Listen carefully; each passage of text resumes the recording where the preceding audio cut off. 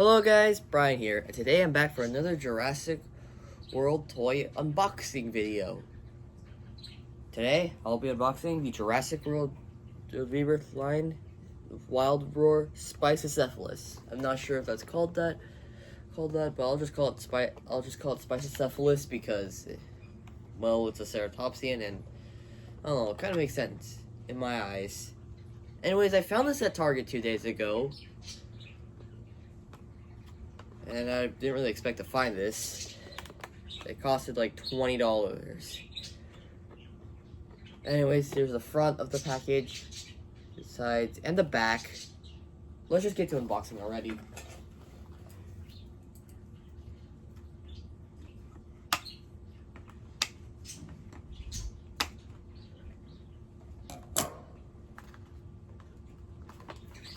Let's get the figure out. Ugh. And we have to get its tail out. Oh, they damaged the box a bit. Well, it's gotta happen. There we go. Let's place the box like right there. Alright, the Spiclypeus. I don't really know this one that much. Yeah, making some sounds. Anyways, here it is. It's kind of an interesting herbivore. Or ceratopsian. It has the frill here with some, I think, spikes or horns all around. And then we have these horns right here that protrude on the front. And then this one right here, the small one, has some, I don't know, these look like spines or some feathering on the back. And also some kind of osteoderms. Another weird thing is the tail. For some reason, there's some stripes on the tail, but they don't end up on this part of the tail. It's like right here. And then there's some stripes, some green stripes like right here. And then green covering some of the neck and also the entire head. Oh, the sculpt is good. Paint job is questionable because, I mean, the green looks good. I like this yellow, and also there's the eye right there, kinda. But the striping is a bit odd.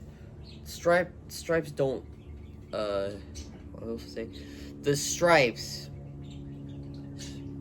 There's parts where stripes should have been. I think it feels like whoever's making this should have put stripes on something like this part of the tail or maybe the back, but instead the stripes are put on like this and right here on this part of the body and also this small portion of the tail, which is so odd.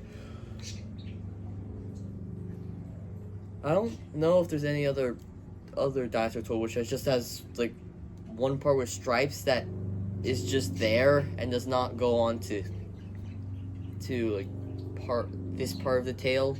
For some reason, like right here. That's a bit weird. You know, I'm not too fussed with it.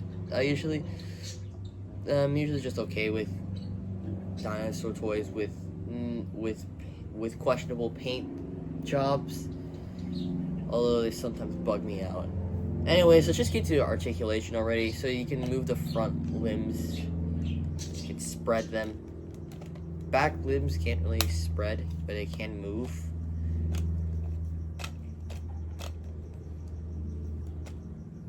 And the tail can still move like just a 360.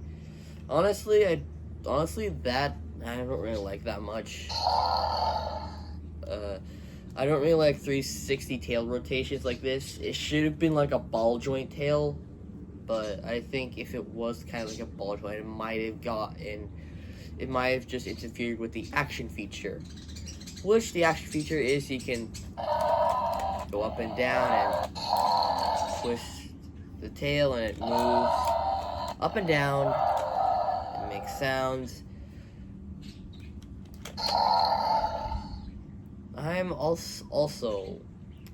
a bit confused about the sound that this makes, because for some reason the sounds that the Spiclypeus makes is basically a high-pitched sound, like kind of a high-pitched sound of the Jurassic World Dominion Sinoceratops for some reason.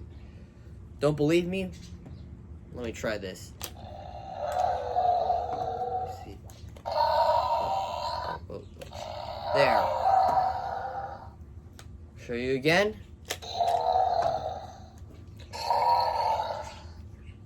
One last time.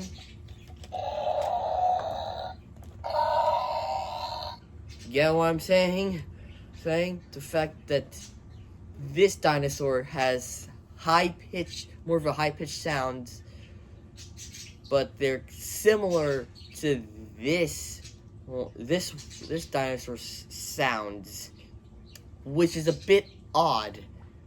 I'm not sure why Mattel reused the Jurassic Dominion Sinoceratops' roaring noises and implemented Spiclypeus, which is so weird. I thought I would want more of a unique sound, but to be honest, I'm not really too fussed with sound, with how the sound effects.